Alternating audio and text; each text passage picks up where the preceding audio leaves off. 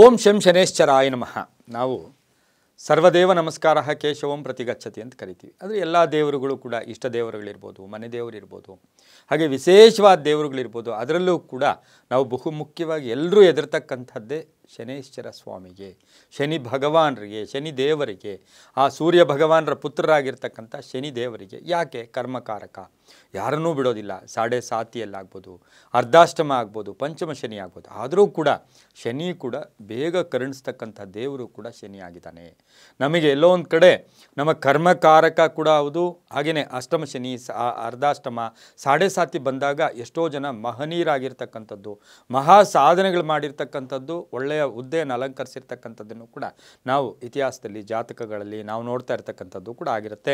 ಆದರೆ ಬಹುಮುಖ್ಯವಾಗಿ ಶನಿದೇವರನ್ನು ಒಲಿಸ್ಕೊಳ್ಳೋದು ಹೇಗೆ, ಶನಿದೇವರಿಗೆ ಪ್ರದಕ್ಷಿಣೆ ಹೇಗೆ ಮಾಡಬೇಕು, ಶನಿದೇವರಿಗೆ ನಮಸ್ಕಾರ ಹೇಗೆ ಮಾಡಬೇಕು, ಹಾಗೆ ಶನಿದೇವರನ್ನು ಹೇಗೆ ಹೋಲಿಸ್ಕೋಬೇಕು, ಶನಿದೇವರ ಕೃಪೆಗೆ ನಾವು ಅನುಗ್ರಹಕ್ಕೆ ಅವರ ಕೃಪೆಗೆ ಪಾತ್ರರಾಗೋದು ಹೇಗೆ ಅಂತ ಹೇಳ್ತಕ್ಕಂಥದ್ದನ್ನು ಗಮನಿಸಿ ನೋಡೋಕ್ಕೆ ಹೋದಾಗ ನಮ್ಮ ಧರ್ಮ ಗ್ರಂಥಗಳಲ್ಲಿರ್ಬೋದು, ಇತಿಹಾಸದಲ್ಲಿರ್ಬೋದು, ಪುರಾಣಗಳಲ್ಲಿ ನೋಡೋಕ್ಕೆ ಹೋದಾಗ ನಮಗೆ ಬಹುಮುಖ್ಯವಾಗಿ ಕರ್ಮಕಾರಕ ಆಗಿರ್ತಕ್ಕಂಥ ಶನಿಯನ್ನು ನಾವು ಕ್ರೂರ ಗ್ರಹ ಅಂತ ಕರಿತೀವಿ. ಯಾರನ್ನೂ ಬಿಟ್ಟಿಲ್ಲ. ಇದು ಎಲ್ಲರೂ ನೋಡಿ, ಪ್ರತಿ ದೇವರು ಕೂಡ ಶನಿಯ ಅಪಕೃಪೆಗೆ ಒಳಗಾಗಿರ್ತಕ್ಕಂಥ ಸಾಧ್ಯತೆ ಇರುತ್ತೆ. ಸೂರ್ಯ ಭಗವಾನರ ಪುತ್ರರಾಗಿರ್ತಕ್ಕಂಥ ಇವರನ್ನು ನಾವು ಕ್ರೂರ ಗ್ರಹ ಅಂತ ಕೂಡ ನಾವು ಕರಿತೀವಿ. ಆದರೆ ಇದೇ ಶನಿದೇವರು ಸಾಕ್ಷಾತ್ ಶ್ರೀಕೃಷ್ಣನ ಪರಮ ಭಕ್ತ ಕೂಡ ಹೌದು. ಕೃಷ್ಣನ ಹೆಸರು ಹೇಳ್ಕೊಂಡಾಗ ಆ ಶನಿದೇವರಿಗೂ ಕೂಡ ನಮ್ಮ ಮೇಲಿರ್ತಕ್ಕಂಥ ಕೆಟ್ಟ ಒಂದು ಕೋಪ ಕೂಡ ಕಡಿಮೆ ಆಗ್ತಕ್ಕಂಥ ಸಾಧ್ಯತೆ ಇರುತ್ತೆ. ಹಾಗಾಗಿ ಈ ಒಂದು ಶನಿದೇವರಿಗೆ ಸಾಕಷ್ಟು ಸ್ತೋತ್ರಗಳು ಹೇಳ್ಕೊಳ್ತೀವಿ ನಾವು. ಓಂ ಶಂ ಶನೇಶ್ಚರಾಯ ನಮಃ. ನೀಲಾಂಜನ ಸಮಾಭಾಸಂ ರವಿಪುತ್ರಂ ಯಮಾಗ್ರಜಂ ಛಾಯಾ ಮಾರ್ತಾಂಡ ಸಂಭೂತಂ ತ್ವಂ ನಮಾಮಿ ಶನೇಶ್ಚರಂ. ಈ ರೀತಿ ಅನೇಕ ಮಂತ್ರಗಳನ್ನು ಕೂಡ ನಾವು ಹೇಳ್ಕೊಳ್ತಕ್ಕಂಥದ್ದು. ನೀಲಾಂಬರ ದಾರಿ ಕೂಡ ಆಗಿರ್ತಕ್ಕಂಥದ್ದು, ನೀಲಾಂಬರ ದಾರಿ ಆಗಿರ್ತಕ್ಕಂಥ ಶನೇಶ್ಚರ, ಕಪ್ಪು ವರ್ಣದವರು ಆಗಿರ್ತಕ್ಕಂಥದ್ದು. ಹಾಗೆ ಕಾಗೆ ವಾಹನ, ಕೆಲವು ಕಡೆ ಹದ್ದಿನ ವಾಹನ ಕೂಡ ಆ ಭಗವಾನರಿಗೆ ಹೇಳ್ತಕ್ಕಂಥದ್ದನ್ನು ಕೂಡ ನಾವು ನೋಡಿರ್ತೀವಿ. ಇವರ ಅಧಿದೇವತೆ ಯಾರು ಅಂದರೆ ಪ್ರಜಾಪತಿ. ಶನಿದೇವರ ಅಧಿದೇವತೆ ಪ್ರಜಾಪತಿ. ಅದಕ್ಕೆ ನಾವು ಅಗ್ನಿಹೋತ್ರ ಮಾಡುವಾಗ ಓಂ ಸೂರ್ಯಾಯ ಸ್ವಾಹ ಸೂರ್ಯಾಯ ಇದಂ ನಮಃ, ಓಂ ಪ್ರಜಾಪತಯೇ ಸ್ವಾಹ ಪ್ರಜಾಪತಯೇ ಇದಂ ನಮಃ, ಈ ಥರ ಹೇಳ್ಕೊಳ್ತೀವಲ್ಲ. ಹಾಗಾಗಿ ಶನಿಯ ದೃಷ್ಟಿ ಯಾವಾಗಲೂ ಕೂಡ ಅದೋ ದೃಷ್ಟಿ, ಕೆಳಗಡೆ ದೃಷ್ಟಿ ಇಟ್ಕೊಂಡಿರ್ತಕ್ಕಂಥದ್ದು, ಬಹಳ ತೀಕ್ಷ್ಣ ದೃಷ್ಟಿ ಕೂಡ ಶನಿ ಭಗವಾನದಾಗಿರುತ್ತೆ. ಇನ್ನು ಶನಿಗೆ ನಾವು ನಮಸ್ಕಾರ ಏನು ಮಾಡಬೇಕು? ಸಾಷ್ಟಾಂಗ ಪ್ರಣಾಮ ಶನಿದೇವರಿಗೆ ಮಾಡಬಾರ್ದು. ಉದ್ದಂಡ ಅಂತೂ ಕೂಡ ಕರೀತಾರೆ. ಸಾಷ್ಟಾಂಗ ಪ್ರಣಾಮ ಶನಿದೇವರಿಗೆ ಮಾಡಬಾರ್ದು. ಶನಿದೇವರ ಎಡ ದಿಕ್ಕಿನಲ್ಲಿ, ಅಂದರೆ ಎಡಗಡೆ ಇರ್ತಕ್ಕಂಥ ನಾವು ಶನಿದೇವರ ಎಡಗಡೆ ದಿಕ್ಕಿನಲ್ಲಿ ಇರಬಾರ್ದು. ಶನಿದೇವರ ಬಲಗಡೆ ದಿಕ್ಕಿನಿಂದ ನಮಸ್ಕಾರ ಮಾಡಬಹುದು. ಸಾಷ್ಟಾಂಗ ನಮಸ್ಕಾರ ಮಾಡಬಾರ್ದು. ಜೊತೆಗೆ ಶನಿದೇವರ ಎದುರುಗಡೆ ನಿಂತ್ಕೊಂಡು ನಮಸ್ಕಾರ ಮಾಡಬಾರ್ದು.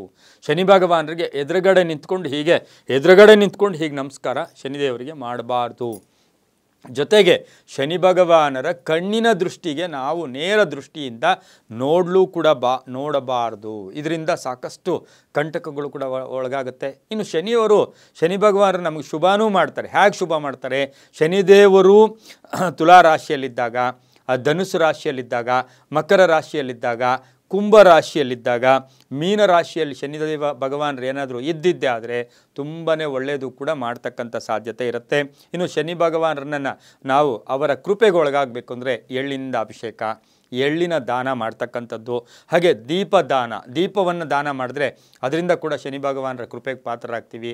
ಎಳ್ಳಿನ ದಾನ, ಕಪ್ಪು ಬಟ್ಟೆಯ ದಾನವನ್ನು ಮಾಡಿದಾಗ ಸಾಕಷ್ಟು ಶುಭ ಆಗ್ತಕ್ಕಂಥದ್ದು. ಇನ್ನು ಶನಿದೇವರ ಕೃಪೆಗೆ ಪಾತ್ರರಾಗಬೇಕು. ಶನಿ ಭಗವಾನರ ಸ್ತೋತ್ರ ಜೊತೆಗೆ ವಿಷ್ಣು ಸಹಸ್ರನಾಮ.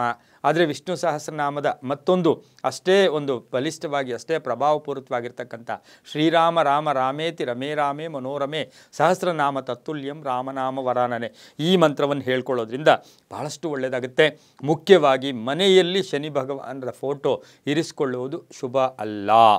ಇನ್ನು ಶನಿಯನ್ನು ದೃಷ್ಟಿ ಮಾಡಿ ನೋಡೋದು ಕೂಡ ಅಲ್ಲ. ಆದರೆ ಬಹುಮುಖ್ಯವಾಗಿ ಹೇಳ್ತೀನಿ, ಶನಿ ಭಗವಾನರ ದೇವಸ್ಥಾನಕ್ಕೆ ತಾವು ಹೋದಾಗ ಸುಳ್ಳಿನ ಹರಕೆಗಳು ಮಾಡ್ಕೋಬೇಡಿ.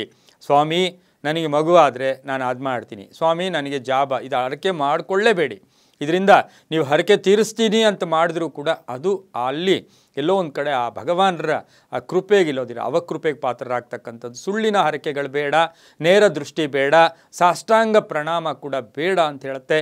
ಇನ್ನು ಶನಿ ಭಗವಾನರ ಹತ್ರ ಇದ್ದಾಗ ಕಣ್ಣು ಮುಚ್ಕೊಂಡು ನೆಲವನ್ನು ನೋಡಿ ಅಥವಾ ಅಲ್ಲಿರ್ತಕ್ಕಂಥ ದೇವಸ್ಥಾನದ ನೆಲವನ್ನು ನೋಡ್ತಾ ಕಣ್ಣು ಮುಚ್ಕೊಂಡು ನಮಸ್ಕಾರ ಮಾಡಿಕೊಂಡು ಮನಸ್ಸಿನಲ್ಲಿ ಆ ಒಂದು ಭಗವಂತನ ಸ್ಮರಣೆ ಮಾಡಿದರೆ ತುಂಬಾ ಒಳ್ಳೆಯದಾಗುತ್ತೆ. ಹಾಗಾಗಿ ಶನಿ ಭಗವಾನರಿಗೆ ಈ ರೀತಿ ಮಾಡೋದ್ರಿಂದ ಸಾಕಷ್ಟು ಶುಭ ಫಲಗಳು ಕೂಡ ನಮಗೆ ಸಿಗ್ತಕ್ಕಂಥ ಯೋಗ ಕೂಡ ಇರುತ್ತೆ. ಹಾಗಾಗಿ ಯಾವ ದೇವರಿಗೆ ಯಾವ ರೀತಿ ಅಂತಿದ್ದಾಗ ಶನಿ ಭಗವಾನರಿಗೆ ಈ ರೀತಿಯ ಒಂದು ನಮಸ್ಕಾರಗಳು ಪ್ರದಕ್ಷಿಣೆಗಳು ಮಾಡಿಕೊಂಡ್ರೆ ತುಂಬಾ ಒಳ್ಳೆಯದಾಗುತ್ತೆ.